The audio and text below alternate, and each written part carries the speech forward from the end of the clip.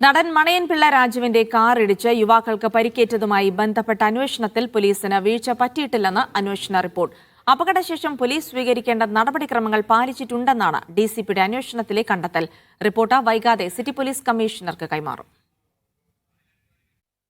മണിയൻപിള്ള രാജുവിന്റെ കാറിൽ ബൈക്കിടിച്ച് രണ്ടുപേർക്ക് പരിക്കേറ്റ സംഭവത്തിന്റെ അന്വേഷണത്തിൽ പോലീസിന്റെ ഭാഗത്തുനിന്ന് ഗുരുതര വീഴ്ചയുണ്ടെന്നായിരുന്നു ആരോപണം. എന്നാൽ ഇതിനെ തള്ളുന്നതാണ് ഡിസിപി വിനോദിന്റെ അന്വേഷണത്തിലെ കണ്ടെത്തൽ.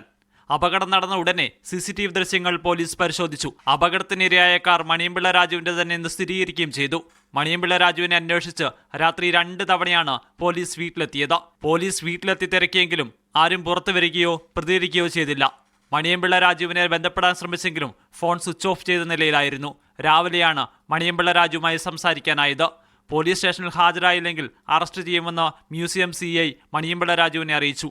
പിന്നാലെ മണിയൻപിള്ള രാജു പോലീസ് സ്റ്റേഷനിലേക്ക് എത്തുകയായിരുന്നു. മണിയൻപിള്ള രാജു മദ്യപിച്ച് വാഹനം ഓടിച്ചിരുന്നുവെന്നാണ് ആരോപണം. വൈദ്യപരിശോധന നടത്തിയത് 12 മണിക്കൂറുകൾക്ക് ശേഷമാണ്. ഇത് മണിയൻപിള്ള രാജുവിനെ രക്ഷപ്പെടുത്താൻ വേണ്ടിയെന്നായിരുന്നു ഉയർന്ന വിമർശനം.